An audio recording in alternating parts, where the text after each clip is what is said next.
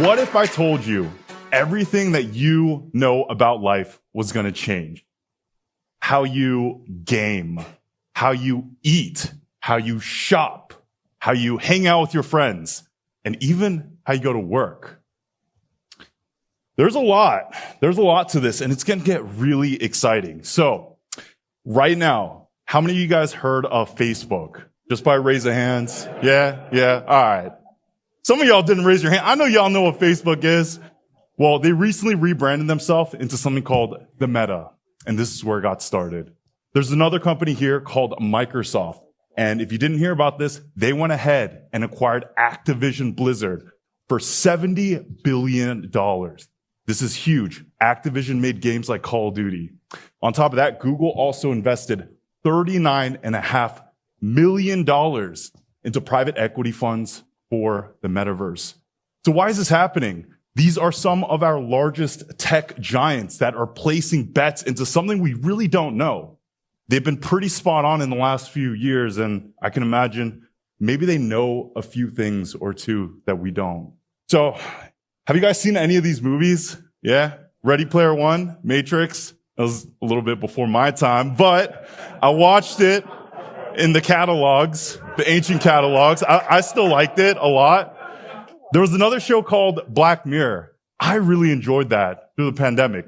What all three of these movies had in common was this digital reality. Some of them were more scary. Matrix, the dodging bullets, a little scary. Agent John, Ready Player One showed us different perspectives. Black Mirror showed us additional perspectives. This is where Metaverse really got started because we started to see it online in the digital version. We started to hear about it before it started happening today. So moving forward, something caused the metaverse to accelerate. The metaverse was inevitable. It will happen, but something accelerated that. And that something was a pandemic. I'm sure most of you guys have experienced the pandemic. If you guys are with us today here, this was huge. A lot of us couldn't go to work. Lockdowns were terrible for some people. We had 168 million children who missed out on a full 1 year of school. A lot of kids. On top of that, we had social functions, concerts, restaurants, gatherings. We were all forced to be inside home. Do you guys remember that? The shutdowns kind of sucked. So where does that lead us? 2020, 2021, 2022. Where are we now? Well, the shutdowns forced a few things. We actually had incidents where, because we were isolated, we started to value more about things on social media, on our phone. Because I couldn't hang out with the boys, the way I could keep up with them was through video games or through FaceTime or through Instagram. We started to really value what we saw on the digital age. We started to value more of how many followers we have, how many likes we get on a post, how many views we're getting on our story. Or has this ever happened to anyone where you post a sick selfie, like, I'm looking amazing, you post it, and then like 5-10 seconds later on Facebook or Instagram, you just delete it. Like, maybe I don't look that good. Why do we do this? Like, why does that happen? It's because we really value the way we look in the digital age. We care about how we look on the digital presence a little bit more than how we might look in real life. I know some of y'all look a little different on your Facebook versus real life. Hey, I'm one of those too. I'm a catfish sometimes too. I've seen it happen. Human connections are necessary though for people to thrive. We need interaction. This is how we've continued to evolve over the past few years. Let me tell you this, depression in the United States, before the pandemic, 8.5% of all people had depression, reportedly, by the Boston University. And during the middle of the pandemic, 32.8%. Huge number. Why did it go up? So a lot of this went because of the social isolation. If you're extroverted, you know how much of a killer it is to be stuck inside your home. If you have a family and, maybe you have some kids, it is tough. It is not easy. I've heard the stories. So let's talk about how the metaverse will change. Why has this even done anything? What even is the metaverse? We are at a point right now where we're seeing this physical convergence, right, with the digital world too.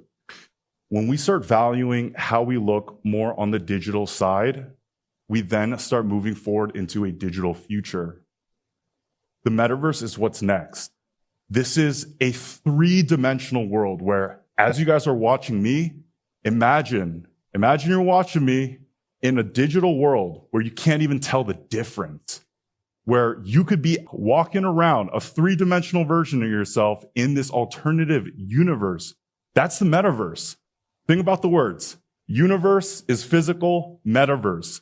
Meta is an alternative reality. It's going to be an additional layer on top of where we are today. So a lot of this was first started by this year, the gaming industry. You guys might have heard of Fortnite, Minecraft, RuneScape, Second Life. These are some games that gave us a feeling of what the metaverse could be like. I know a lot of kids really like Fortnite these days and Minecraft, and it showed us a lot of principles of where this started. So some of these games actually allow you to make money. You could level up your character. You could buy skins, sell your account to someone. You can find in-game economies that are completely existent. I didn't think that we would continue to expand past this, but it gets really, really interesting here. During the pandemic, while everything was on lockdown, there was this one game called Axie Infinity. Has anyone ever heard of it? Nah, it's all good. I didn't expect so. So you probably heard of Pokemon though, right? Yeah. So imagine like Pokemon, just a little beat up version of it. You got these cute little things called Axies, and you pretty much battle each other with them. You tell your Axie, go fight that thing, and you earn experience points. But what was interesting about this is you can actually do something with those experience points. This game had 35% of their traffic coming from the Philippines. That's 2.5 million users. The reason for this is because people in the Philippines were able to make money from this game.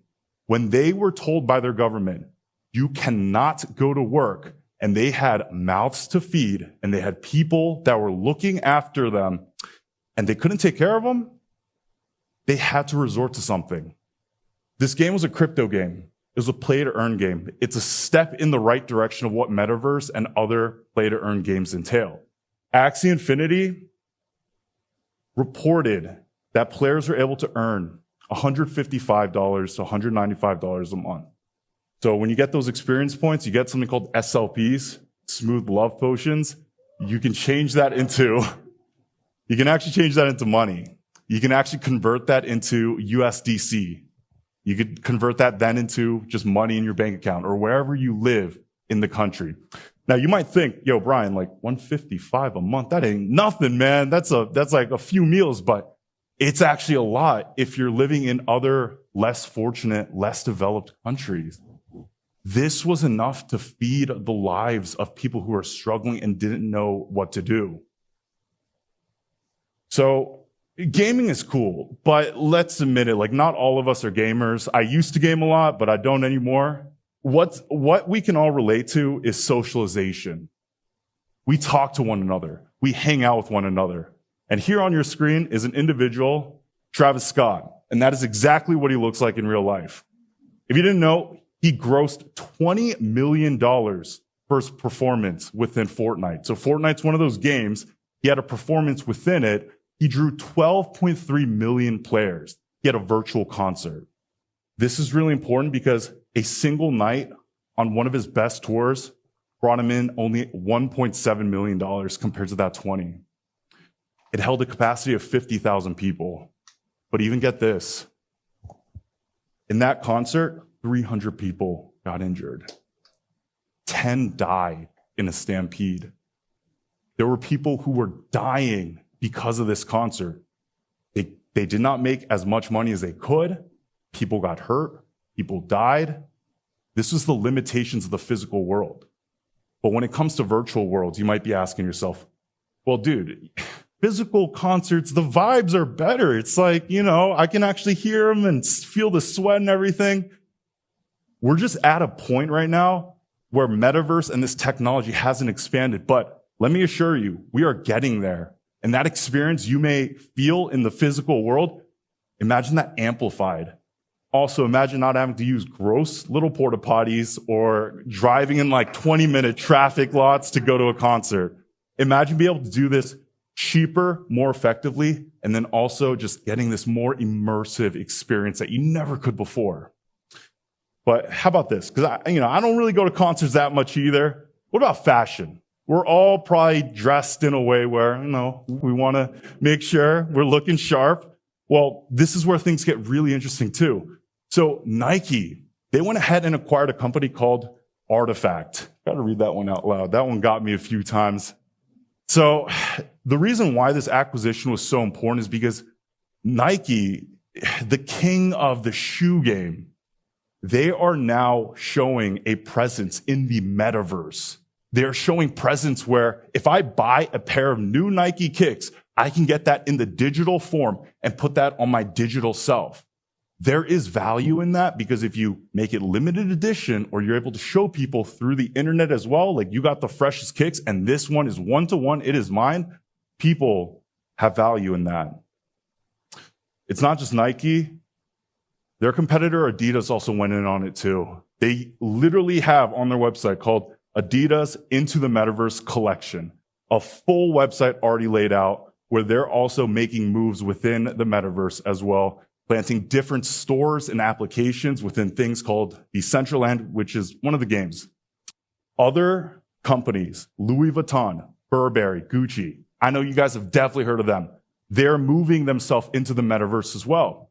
So what is the significance of all this? Why are they doing that? Think about it like this.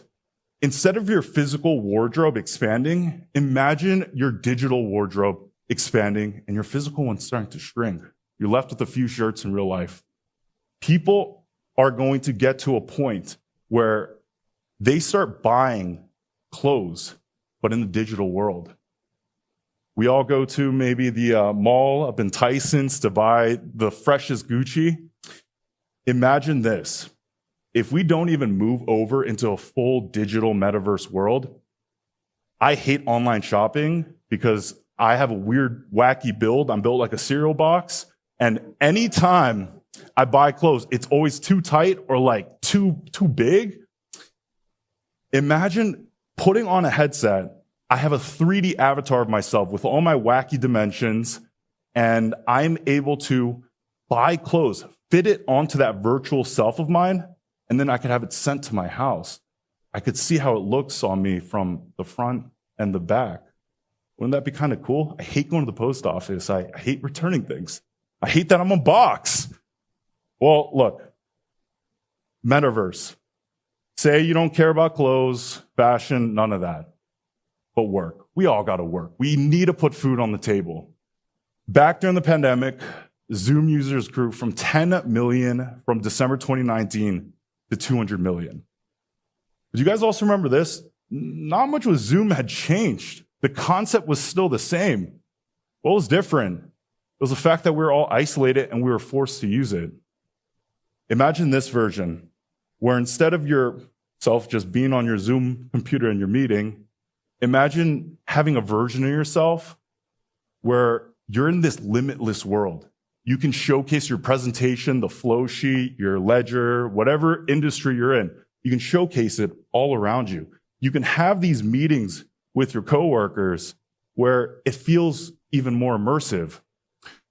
Just like how I said in the beginning, instead of being on the internet, imagine yourself being in the internet.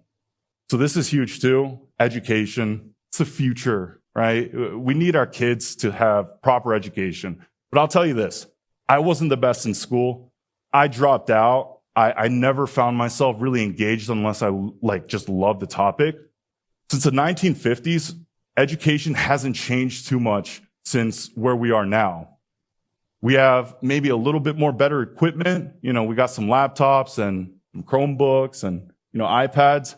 But the general principle of how we learn our material is still the same. Not much has changed. Imagine this, though.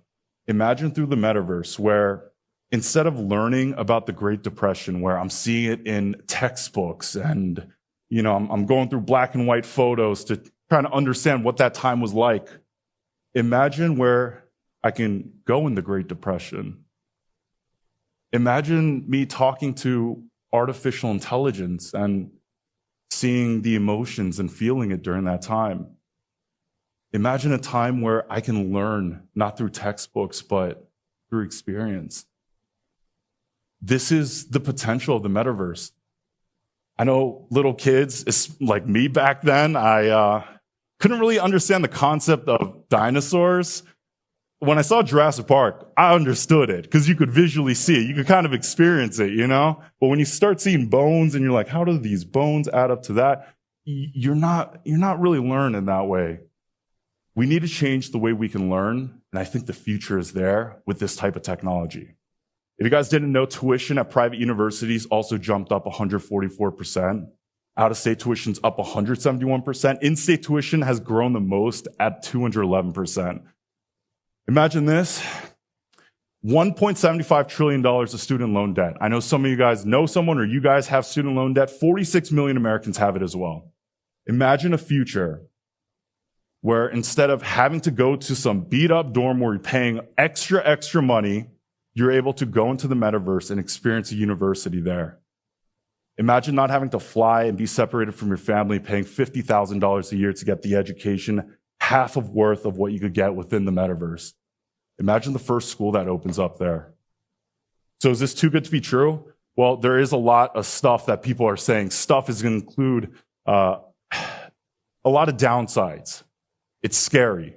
Mental health issues, distorted reality, addiction. We don't know how much of this could, kind of mess with our heads. It's all new stuff. We haven't seen it before. But the growth of the metaverse is inevitable.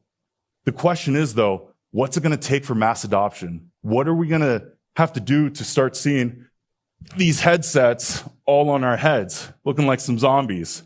Well, there's a few things. We need better user experience. This thing sucks. Look at me we need better technology. We need better user experience. I got motion sickness using this one time. This is not what's going to take us to mass adoption. Second thing we need is more availability and accessibility. We need this at different price points, different quality points. If you don't have money, you can get a budget version. If you have a lot of money, you can get the best possible version where you can enter the metaverse instantly.